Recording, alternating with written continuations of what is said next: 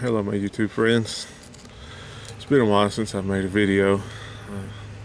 Had things going on in my life, been busy, moved, lost my internet, things like that.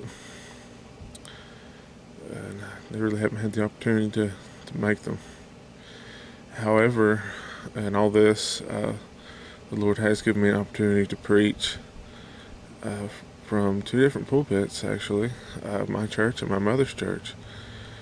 And I'm able to teach the Royal Rangers class.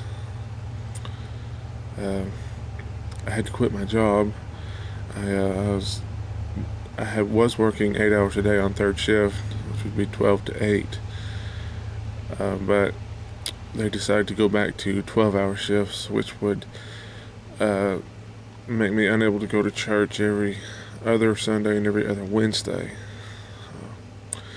Now, some of you probably wouldn't approve of such a thing, but after prayer, I decided that it would be best for me to quit this job instead of going back, because the Lord had provided for me so much. About a year ago, I had made the decision to get a job at another mill, because we were on 12-hour schedule, and the Lord saw fit to prevent me from that. I did put in my application and they called, but I felt like I should wait. And then a few months later, our mill announced that they were going to an 8-hour shift. Praise God, 8-hour shifts, I can go to church. So that started in January, and I started my 8-hour shifts on third shift. I was able to go to church. I took on extra responsibilities at church. I even began to preach a little bit. And then I was told in around June that our mill was going to stop the 8-hour shifts. So they were only there for 5 or 6 months before they went back to the 12-hour shifts. So after some prayer, I decided that my responsibilities to the Lord and to my church were very important to me. So I quit my job. I had thought that I was going to be able to get another job fairly easily. Our associate pastor worked at Bluebird, which is a local mill that makes buses, and he told me that it would be pretty easy for me to get a job with my work history and everything. I have good work history.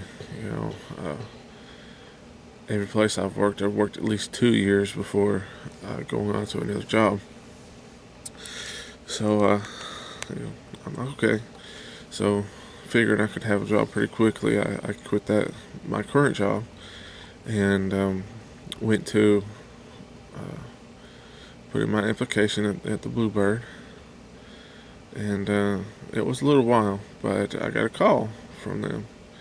So they called me and said, "I think we got a job for you." So, all right, that's cool. I don't mind work, so I go in and talk to them. The supervisor interviews me, and 3 other people. Well, there were 3 positions and 4 people. Guess who didn't get the job? Me. So I have to wait another few weeks. He calls me again and says, "I think I got a job for you this time." Go in. I'm with 2 other people. Turns out there's 2 positions and 3 people. Guess who doesn't get the position? Me. Okay, I gotta wait another few weeks. He calls me again. So the staffing guy sits me down, and without telling me that I should give up here, he tells me, "Well, have you gone up to Chattanooga? Like, that's a little far to drive from where I'm at. So if you go to Chattanooga, you can have a job in a week. I can't drive that far. It's just not worth it."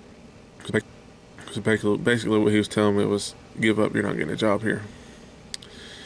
I was a bit disappointed in all the time I spent there. I could have been looking for another job.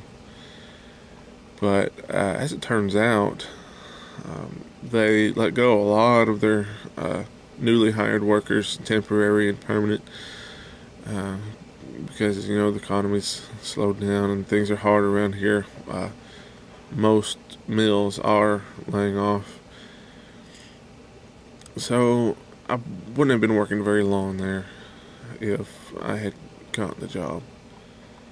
So I apply at a local brake plant, Nissan, and I went and I applied, and they called me in for an interview. Go and talk to the woman. Yeah, I'm really excited about this job. I'd like to have it. I said, okay, we'll call you back for a test. So I said, okay, we'll send these to the local technical college, get them graded, and we'll call you back in a week. It was actually over 2 weeks before they called me back. She set up an interview for about a week later, and I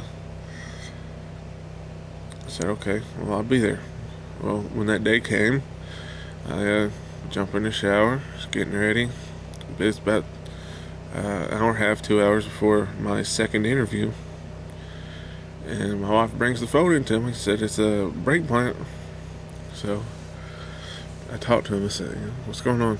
I said, well, the person that was doing your interview is not in today. We're going to have to reschedule. I said, we'll call you back and reschedule. I said, okay. Disappointed. But,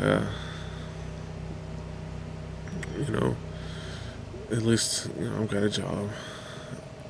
So I get a call from the local Department of Labor.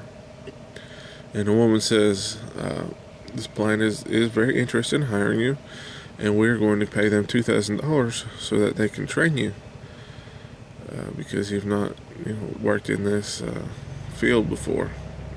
I have worked in mills, mostly yarn and carpet and stuff like that. So cool, that's all right. So I wait, and I wait, and I wait. A month goes by, they don't call me. Call Department of Labor. So October rolls around, don't hear anything. Call her back, what's going on? Don't know. So why don't you call and see what's going on? All right. So I call them, and so we've had some delays. We'll call you by November the 10th. Okay. All right. I said, I am interested in the job, so I'm waiting for you. November 10th rolls around, nothing. I haven't heard anything from you yet. So, I don't know what's going on. Maybe, things have been delayed and stuff. So, I've been over 5 months without a job now. And it's really hard. I don't have any kids or anything, but I've got a wife, hard time. So, and that's what's been going on with me. I know that God has a job for me. I know that. And all this that I've been going through is for a reason. I can't say what it is. It has given me more opportunities to read the Bible, get into the Word, to study. I've had more opportunities to preach. So, those are benefits. We lost our Durango, which we were leasing from a local used car dealer. I had to let it go back because we couldn't make the payments. But praise God, we've a year before we had paid off a car from another place.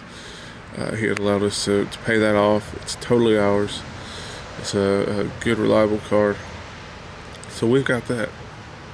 The Durango was nice, but so that's what's been going on with me and everything. And if you can't tell, it's starting to rain. I really don't want to ruin my camera, so I'm gonna shut this off.